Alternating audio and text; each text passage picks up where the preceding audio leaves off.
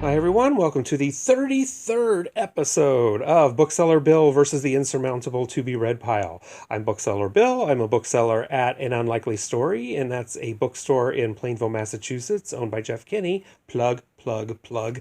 So anyway, any of these books you can get there or online at anunlikelystory.com. What am I doing? Well, as a bookseller, I get loads of advanced readers copies from the different publishers, and that way I can read them and recommend them to people on the floor. And I always tend to get through the ones that I really, really want to get to, like the New Louise Penny or something, but a lot of them fall through the cracks, and I always feel kind of guilty about that. So in order to relieve some of this Catholic guilt, which has been, imbued in me since I was a child, I am reading through this list while I'm in quarantine. So there's about 60 books altogether. So if you want to take a look here, this is what has been read so far, and this is the little teeny tiny pile of what is left to read. So I should be actually getting through this by the end of this month. It's going to be a close one, but I think I'm going to do it.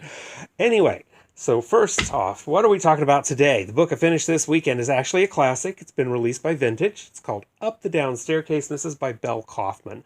Came out in 1964, and 65 or 66, they did a movie with Sandy Dennis.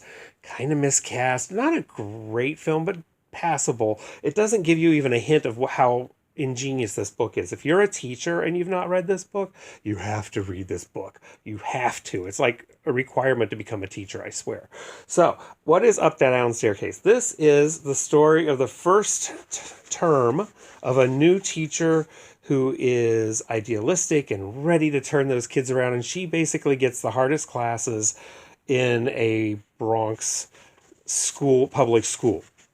And the entire book is told through different memos, mimeographs, lesson plans, letters back and forth from different teachers. It's all just done that way. And in the process, you get to find out who is this teacher? What does she want to do? You learn about all her different students as they massacre her poor suggestion box. It's very entertaining, very, very funny, but also very sobering about what teachers go through on a daily basis. The horrible red tape, the administrative duties, the way that they are treated by people, parents, students, the violence towards teachers even. It's really well done. I had read this, I'm not going to say what year, but it was back when I was in high school. I had a copy. And I don't think I really got it then. Now as an adult, I really get it with all my friends who are teachers.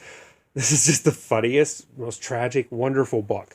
So it has been re-released. And once again, you can get this in paperback at anunlikelystory.com. Available now? Go for it. So we are going to add this to our pile of books that have been read. Yay! Look at this. I'm almost there.